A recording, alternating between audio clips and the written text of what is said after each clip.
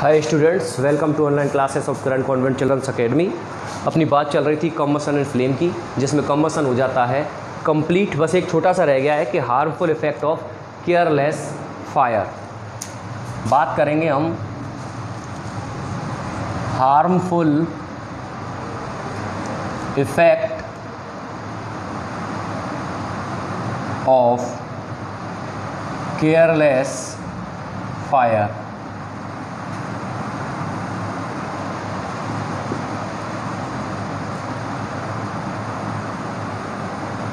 यानी कि कुछ केयरलेसनेस की वजह से कई बार आग लग जाती है, तो उसके क्या हार्मफुल इफ़ेक्ट होते हैं। कई ऐसे जो हमको सामने दिखाई देते हैं कि कोई किसी की डेथ हो गई, बहुत सारा मटेरियल जल गया, जन धन की हानि होती है। प्लस कुछ इनविजिबल होते हैं जो हमको दिखाई तो नहीं देते, पर वो बहुत बैड इफ़ेक्ट होते हैं जो नॉर्मल जो दिखाई देते हैं उनसे ज़्यादा। जैसे पहला है एसिड रेन। फर्स्ट है एसिड रेन। इसके बारे में मैंने आपको कंप्लीटली बता दिया है, तो आप वहाँ से देख सकते हैं। नॉर्मल अगर मैं बताऊं तो क्या होता है कि कंबसन ऑफ फॉसिल फ्यूल्स और फायर, आग लग जाए कहीं या फिर फॉसिल फ्यूल्स जलें तो उनमें से निकलता है स्मोक, और उस स्मोक के अंदर होते हैं सोडियम एंड इसके अंदर होते हैं नाइट्रेट्स, और ये नाइट्रेट्स रेन के साथ मिक्स हो जाते हैं और मिक्स होने पर बनाते हैं एसिड रेन। और ये रेन जब रेनिंग होती है तो जो जहाँ जहाँ डच जाएगी उस सॉइल को एसिडिक बना देगी। जो बड़ी बिल्डिंग्स हैं जो मार्बल की बनी है उसको कोरोड कर देंगी, भंगुर कर देंगी, उनकी जो अट्रैक्शन है उनका उसको ख़त्म कर देंगी, उनकी सुंदरता को ख़त्म कर देंगे, आप ये भी कह सकते हैं। और भी बहुत सारे नुकसान हैं, जैसे कि इनका जो वाटर है वो अर्थ में सीप होके वाटर टेबल में मिल जाता है, जिससे अंडरग्राउंड जो वाटर है वो भी एसिडिक हो सकता है। तो पहला हुआ ये एसिड रेन, काफ़ी ख़तरनाक है, जो कि हार्मफुल इफ़ेक्ट है पहला केयरलेस फायर की वजह से। सेकंड बात करूँ मैं तो ग्रीन हाउस इफ़ेक्ट। सेकंड है green house effect. Green house effect में क्या होता है कि जब कम्बसन होता है तो इस कम्बसन में एक गैस प्रोड्यूस होती है जिसका नाम है CO2, यानी कार्बन डाइऑक्साइड। और ये जो कार्बन डाइऑक्साइड है ये क्या करती है, ट्रैप द सनलाइट। ज़रूरी है कि सनलाइट को ट्रैप किया जाए अर्थ पर। अर्थ है जैसे कि ये एटमॉस्फेयर है, सनलाइट आई, कुछ वापस चली जाती है, कुछ को यहीं रोक लिया जाता है CO2 की वजह से। पर ये ज़रूरी है जिससे कि अर्थ का जो टेम्परेचर है वो मॉडरेट रहे। नहीं तो अगर सनलाइट को ट्रैप नहीं किया जाए तो रात को आधी जो अर्थ है जहाँ नाइट रहती है वो जम जाएगी। तो ये ज़रूरी है। बट कई बार क्या है कि इस लगातार कम्बसन और केयरलेस फायर की वजह से बहुत ज़्यादा कार्बन डाइऑक्साइड की जो अमाउंट है वो बढ़ती जा रही है।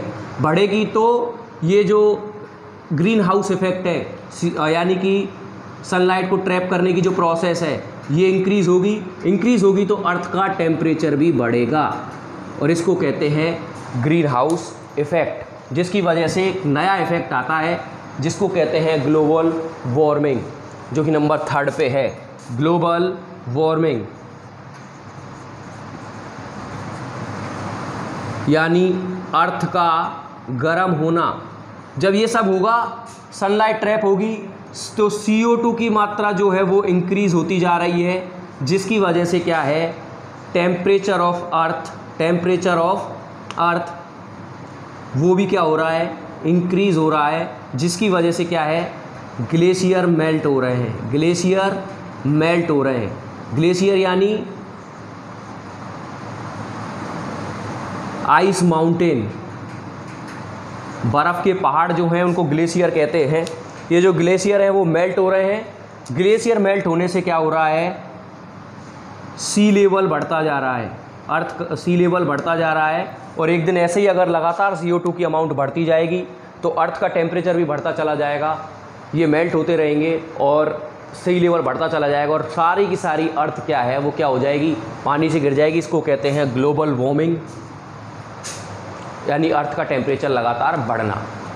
तो ये बहुत ज़्यादा डेंजरस इफ़ेक्ट हैं तीनों के तीनों, जो कि हार्मफुल इफ़ेक्ट हैं केयरलेस फायर के या फिर लगातार फॉसिल फ्यूल्स को जलाने के। नेक्स्ट अगर मैं बात करूं तो कार्बोक्सी हीमोग्लोबिन नंबर 4 पे आता है। कार्बोक्सी हीमोग्लोबिन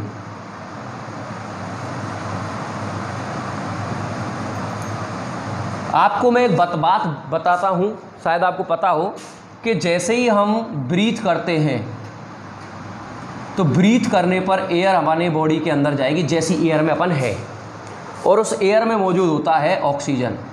और इस ऑक्सीजन के साथ हीमोग्लोबिन जो हमारे ब्लड में है, जो ब्लड का कलर जो रेड होता है वो हीमोग्लोबिन की वजह से ही होता है। तो ऑक्सीजन हीमोग्लोबिन के साथ बाइंड कर जाती है, जुड़ जाती है और जुड़ के बनाती है ऑक्सी हीमोग्लोबिन। क्या बनाती है, ऑक्सी हीमोग्लोबिन। और इस तरीके से ऑक्सीजन ब्लड के साथ हमारी सेल्स तक पहुंचती है, वहाँ जाके ऑक्सीजन अपना काम करती है, ऑक्सीडेशन का काम है, एनर्जी प्रोवाइड करती है।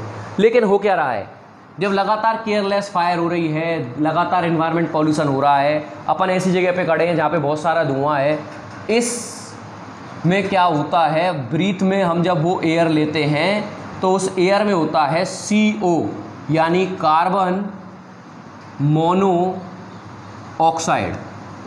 ये एक मेन एक इंग्रेडिएंट मान लीजिए, मेन एक कंपोनेंट मान लीजिए, जो कि इंटॉक्सिकेंट मटेरियल या फिर इंटॉक्सिकेंट गैसेस में पाया जाता है। बहुत खतरनाक होती है कार्बन मोनोऑक्साइड, मीठी गैस होती है, दम घोटू गैस कहते हैं, आदमी को मार सकती है। तो ये CO हमारे लंग्स तक पहुंचती है विद एयर। लंग्स में पहुंचेगी तो क्या होगा, हीमोग्लोबिन जो है वो इस कार्बन मोनोऑक्साइड के साथ रिएक्ट कर जाएगा और रिएक्ट करने पे बनाएगा कार्बोक्सी हीमोग्लोबिन। और ये कार्बोक्सी हीमोग्लोबिन जो है ये हमारी सेल्स तक पहुंचेगा। अब लगा लो जो बहुत ज़्यादा इंटॉक्सिकेंट गैस है, बहुत जहरीली गैस है, वो अगर आपकी सेल्स तक पहुंचेंगी तो क्या होगा, आपकी सेल को श्रिंक कर देती हैं, सिक्योर देती हैं, उनकी जो प्रोटीन सिंथेसिस की प्रोसेस है वो कम हो जाती है। एक और बात, इसकी जो वो क्या बोलते कंसंट्रेशन जो है ऑक्सी हीमोग्लोबिन से कार्बोक्सी हीमोग्लोबिन की 250 टाइम्स ज़्यादा है, 250 गुना ज़्यादा होती है इसकी कंसंट्रेशन, इसलिए ये और भी ज़्यादा नुकसान करती है। तो इसको कहते हैं कार्बोक्सी हीमोग्लोबिन। और जो लोग स्मोकिंग करते हैं, धूम्रपान करते हैं, बीड़ी सिगरेट का यूज़ करते हैं, तो सिगरेट के अंदर भी यही प्रोसेस होती है। वो तो घर बैठे ही बिना इस केयरलेस फायर के खुद ही इतना नुकसान कर रहे हैं, लंग्स बैठ जाते हैं, सेल श्रिंक हो जाती हैं, और भी बहुत सारे नुकसान हैं इसके, कई सारे बॉडी में इफ़ेक्ट देखने को मिलते हैं। और मेन है कैंसर। तो ये सारे इफ़ेक्ट हैं, बैड इफ़ेक्ट हैं, हार्मफुल इफ़ेक्ट हैं केयरलेस फायर के या फिर पॉल्यूटेड फायर के। तो या अपनी कम्बसन और फ्लेम वाला जो चैप्टर चल रहा है, इसमें से कम्बसन आज कंप्लीट हो जाता है।